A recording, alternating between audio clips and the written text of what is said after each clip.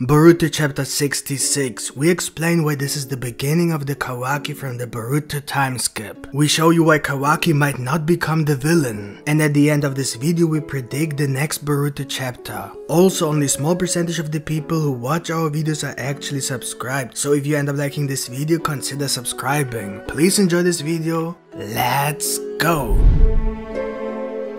The new Boruto chapter 66 starts right where the last chapter ended, with Kawaki showing off his new karma transformation. What's interesting about the beginning of this chapter is the color page. The text says that the battle is continuing, and as for the karma, it is constantly evolving. The power is for whom? This color page already raises the question of the true purpose of Kawaki's karma, and whether its power is for him or for Amado, who uses Kawaki only for his own purpose. It's no secret that Amado is suspicious, but this chapter has made it very clear. So let's start the review. Kawaki has full control over his new karma, which seems to exceed all expectations. Through this new power, he even got a new eye very similar to Ishiki's. In fact, it's even safe to assume that Kawaki has literally taken over Ishiki's dojutsu, but it has manifested in a weaker, not yet fully developed form. This dojutsu allows the user to use Sukuna the ability to shrink themselves, and any inanimate object or non-living matter in their field of vision. Another technique is Daikokuten, which allows the user to store anything shrunk by Sukuna in one dimension. The dojutsu can also summon large black cubes. Kawaki clearly shows these abilities, so there's no doubt that this is Ishiki's dojutsu. The reason Kawaki is suddenly able to use Ishiki's eye is because even though Ishiki died, and thus the karma disappeared, Kawaki's body has already turned into a copy of Ishiki to a very high percentage, and logically his dojutsu is part of that copy. With the karma of Amado, Kawaki is now able to freely access all the power hidden in his body.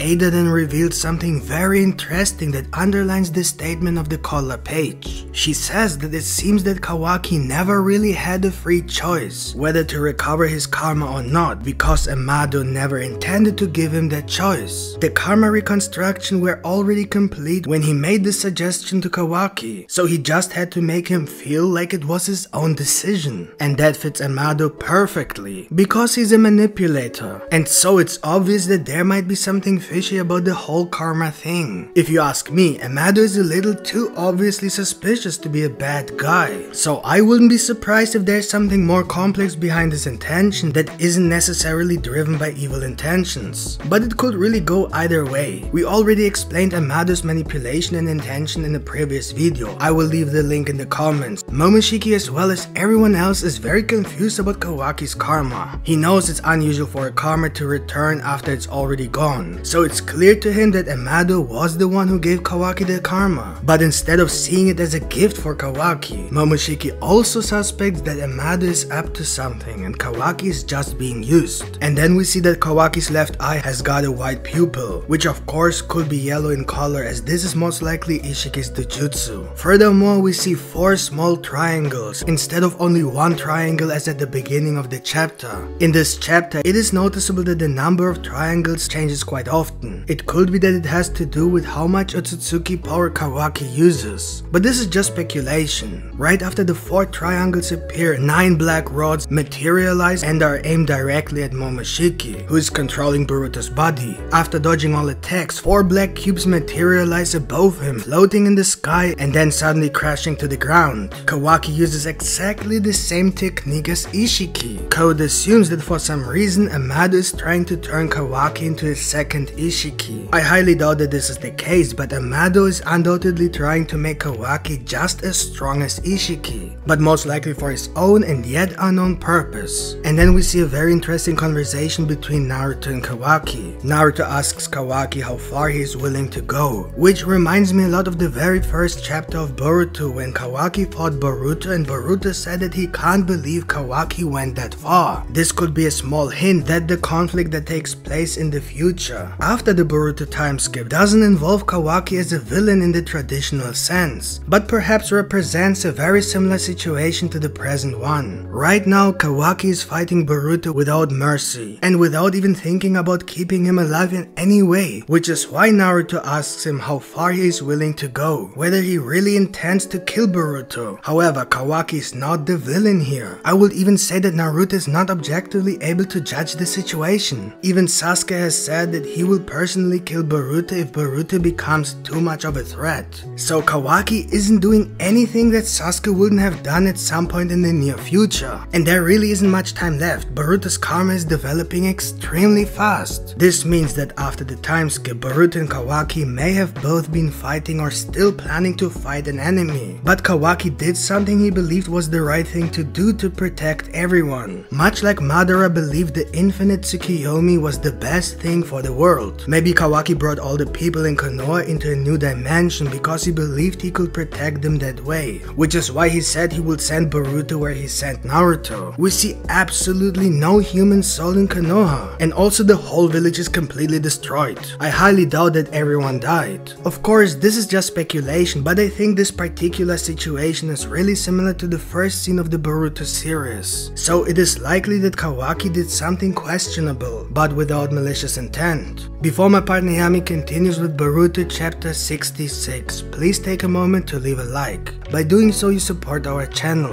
which will allow us to make more Boruto content for you.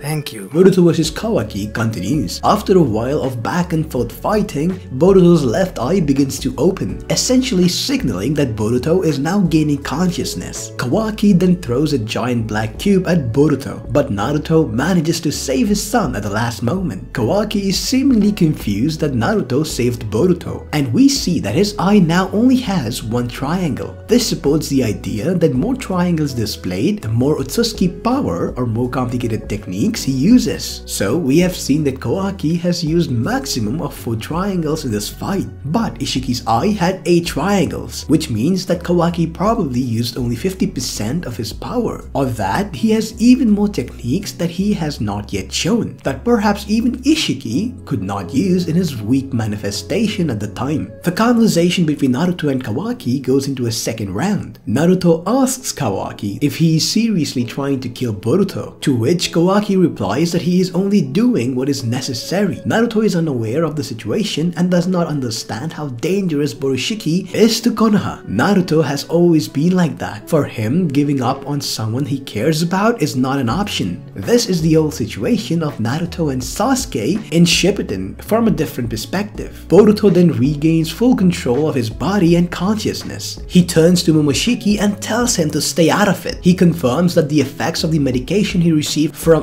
Amado definitely worked. He was even able to control Momoshiki's power to some extent, but only for a short time, and which obviously ended in disaster. So this is definitely not a solution, because every time Boruto uses Momoshiki's power due to the medication, he eventually passes out and everyone around him has to deal with Momoshiki again. And so Boruto knows that this is not a solution. But what happened next shocked everyone. We see the flashback where Kawaki says that he will be the one to free Boruto from his karma. At that time, no one imagined what both of them agreed at that moment. Boruto pushes Naruto away and stares at Kawaki, and then he asks Kawaki to kill him. Kawaki uses his right arm and pierces Boruto right through the chest. Naruto has to watch his own son die right in front of him. Boruto bleeds and falls backwards to the ground. The good thing is that they are close to Konoha, where the best scientists and medical shinobis can treat any serious injury, so Boruto could survive this injury with ease, especially because he is the main character, so obviously he can't die, respectively stay dead. The whole point of this apparent death is not to kill Boruto, but to develop the relationship between Boruto, Naruto, and Kawaki in a whole different and new direction. We know that both Boruto and Kawaki have clearly planned this together as a last resort, in case Momoshiki gets too close to his final manifestation. Both Kawaki and Boruto agreed that this incident was already too much. Without Boruto's consent, Kawaki already knew that Boruto would have the same opinion, so Kawaki did not act on his own. The problem, however, is that Shikamaru and Naruto will naturally try to keep Boruto safe by taking him to the hospital immediately. But that's exactly what Kawaki Kawaki and Boruto don't want. So how will Kawaki react if Naruto tries to save Boruto? Of course, Kawaki would then try to stop Naruto, to which Naruto would respond with force, leading to a possible fight between Naruto and Kawaki. Naruto would ask Shikamaru to take Boruto to safety, while he stops Kawaki. Ironically, Kawaki only did this to protect Naruto, but is also willing to fight him. So definitely a very strange situation here. Of course, we shouldn't forget Code, who came to Konoha for a reason, and since Code is involved with this absurd situation, it is possible to avoid a fight between Naruto and Kawaki if Code, for example, kidnaps Boruto's body as he originally planned to. This immediately would start a new rescue arc. But no matter what will happen, the relationship between Naruto and Kawaki will certainly change after this chapter. So, what do you guys think of this new chapter? And what you guys think will happen in the next Boruto chapter? Let us know in the comments below. So that's it for today, folks. Hope you guys enjoyed this video. And if you did, don't forget to smash the like button. And if you are new to our channel, make sure you subscribe with the notification bell turned on. See you guys in the next video. Yami out.